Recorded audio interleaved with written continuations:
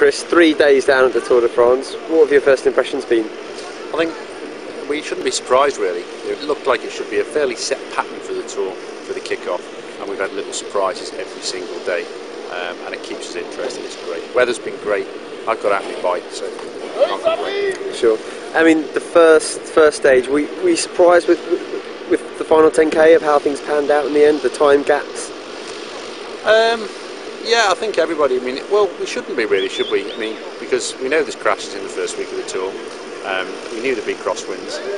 We knew it'd be tightly packed, and it happened. I think everyone was a little bit surprised that Alberto Contador got caught out. We reviewed the video, and he wasn't in the top 50. And it's not an easy thing to do to ride at the front in the Tour. You know, there's nearly 200 guys, and there's only 20 or 30 places, but everyone else was there. So not a great start for him, and he hasn't got that buffer that from the prologue either of last year, because he got a bit of time chunk there. So he's also lost that time chunk, which he had on Andy Schleck as well. So it hasn't been a great couple of days for him. Is he still the man to beat? I think he's still the man to beat, but it's fantastic for us as viewers because he has to go on the offensive now in the hills. Got to, not no other way around it.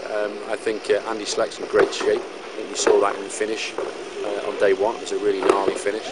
Dale Evans is also in great shape. So there's a great clump of people who are probably not quite as good as Contador in the hills, but they've all now got a buffer. So it's going to be interesting. Who for you is the danger man, though? I mean, looking out of the top two of Schleck and Contador.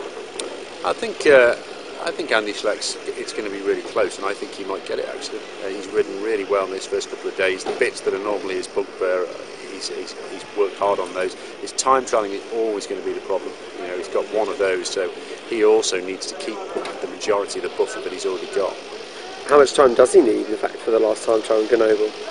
I'd be guesstimating. I really wouldn't like to say. But you've got to be talking a significant chunk, well over a minute. And yesterday we saw the team time trial. Did that go to plan in terms of who you thought were going to be up there into Garmin and Sky and BMC? I thought Leopard Trek, and that's what I'm going to keep calling them. I thought they did a really good ride actually. I think they did. They managed the resources they had very, very well. A little bit surprised perhaps by Radio Shack. I thought it might have been slightly better. But having said that, the big surprise was the fact that between second and fifth place, everybody was within 1 second of each other. That's incredibly close. And I think the big winner really was Cadell Evans' team. They really, really rode well to get right up there. What is the art of team time trialling? I mean, it's something that you've obviously done a lot on when you're in your heyday. Is it just about making as few mistakes as possible? I think it is understanding what resources you've got in a team time trial, understanding it and managing it. So, for example, there's a lot of teams out there. Clearly, when they were absolutely full gas, some of those guys could just go through at best, just to keep continuity, and that's what they should have done.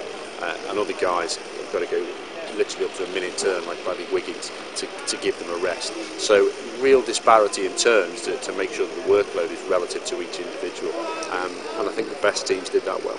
And today, I mean, the biggest talking point was perhaps the intermediate sprint. We didn't actually find out until after the stage. I mean, you obviously did all your interviews for ITV and then had to do them all over again, or? Well, that's why we're all still on site now, because we've had to redo them. It took over 3 hours to get that result out. I mean, we saw it and went, oh, that looks interesting.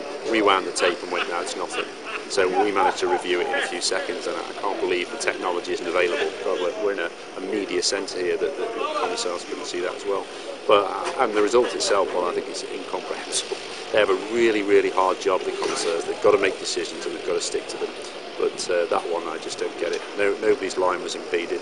Nobody protested. They were happy. Nobody was endangered. I think it flips the question. You have to say, well, what is it you want sprinting to look like? Because for the rest of us, that's what sprinting looks like. Just to play devil's advocate, I mean, last year we saw Orencho being thrown out of the race for headbutting.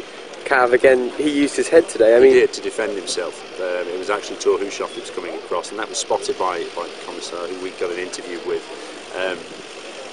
But I'm not sure what he's supposed to do. If somebody leans on you, you have to instantly move out of the way. Is that what happens? And hope that the commissars are watching everything and disqualify everybody who makes an infringement. It's just silly. Both of those guys were happy. Tor Hushoff was joking about it. In fact, he hadn't even remembered there was an incident until we asked him about it. And he said, no, Mark should just get some suntan cream on his arm to reduce the friction, that's it. So I just don't know what people want sprinting to look like if that isn't it. And just quickly, going from Mark Cavendish to the British contingent that we've had. Phenomenal. For many years it was just yourself, the lone bastion for GB. Now the country's got, or the nation's got so many riders, such a wealth. More and more strength and depth, and all of them, right up there today in the top 10. How many riders? 3? It's just an incredible team. So many riders up there. We've got Geraint Thomas in the white jersey, Brad looking super strong. We've never, well, I can't recall in living memory, should we say, a time when we were in better shape than we are right now. What are the expectations?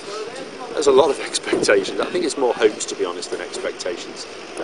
It's a tough seat to be in, everyone expecting you to get on the podium in the Tour de France, but he's got a great shot. Everybody's up for it, everybody believes in it after the Dauphiné, so he's in good shape. I just think I'd like to see some stage wins from Geraint Thomas as well. We've seen him a couple of times this year, and again today do a lead out and just really show a turn of speed. And I wonder if the team sets him up to be the person who lets loose with 600 to go, what could he do with it?